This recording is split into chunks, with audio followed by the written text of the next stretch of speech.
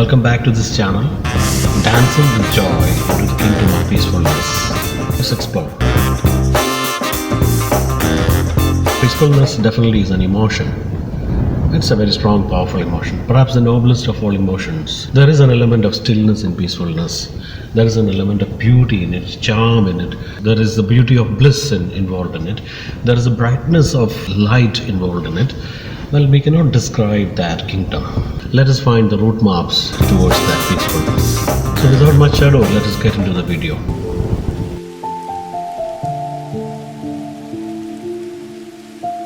Have you ever thought about emotions? How many types of emotions do exist within us? Have attempts been made to categorize them? Emotions are the most important aspect of our lives, no doubt about that. They regulate our lives and lifestyles. None can ignore them. They are never constant though. The etymological analysis says that emotion, the word emotion, comes from the Latin word emovere, which means to move, to stir, etc. So something that is moving or something that is in motion is emotion. We'll never be able to find a constant emotion because by its very nature it changes, it keeps changing. The various emotions like anger, hate, love, worry, depression, care, pity, anxiety, compassion, revengefulness, altruism, kindness, sympathy, jealousy, greed, possessiveness, aggressiveness, pride, impatience, irritation, narcissist passion. The list is unending. Such a long list of varied shades of emotion, its colors, the impact they create upon our life. Let us think about all of this. During the rainy seasons, we see water getting logged in different places. Water everywhere. We don't see a place which is not touched by water. Everywhere we see the presence of water. And again, water logging happens. By its very nature, water flows. The flow of water is felt everywhere during the rainy season. According to the type of landscape, especially in depressed areas, we see water logging. Similarly, emotions also find their place according to the nature of our mindscape.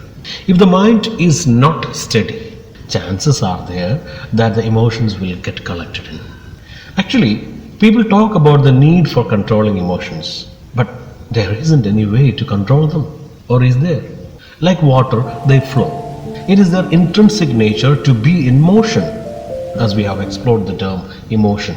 And like water, wherever there are trenches, they locate or log themselves in. The choice is always ours. Let's make our mind like a level ground and just observe it and just observe the traffic of our emotions. Let us use another analogy, that of traffic itself.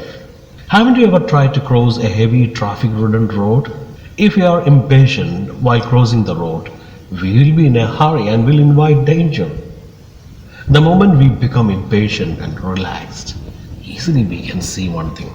There comes spaces that one can easily pass through. There come spaces which one can easily cross. So is the case with emotions. If only we wait and watch their traffic, by and by they will subside. Their traffic will get reduced and ultimately they will disappear. There comes a lot of spaces one can easily pass. It's just like crossing a highway on Sunday. So relaxed. Be relaxed. Take everything lightly. Do not unnecessarily color things with the paint of seriousness. Just white and purity will do. Let everything remain white and pure. Calmness and not agitation is the nature of life. The very nature of life is calmness and peacefulness, not agitation. But we misunderstand. We feel that if only there is agitation and activity, there is life. Calmness and peacefulness are the only assets we should feel proud of. Actually, we are proud of so many things in life. I don't have to give a list. All those things may be false. Definitely they are false. The only real asset, only richness that we have to be proud of is this peacefulness of mind. Peacefulness should be like a lighted candle inside the abode of our minds. Our mind should not remain dark. It should be lit by the candle of wisdom, candle of peacefulness. Peacefulness and wisdom are also synonymous because a wise person knows how to be peaceful.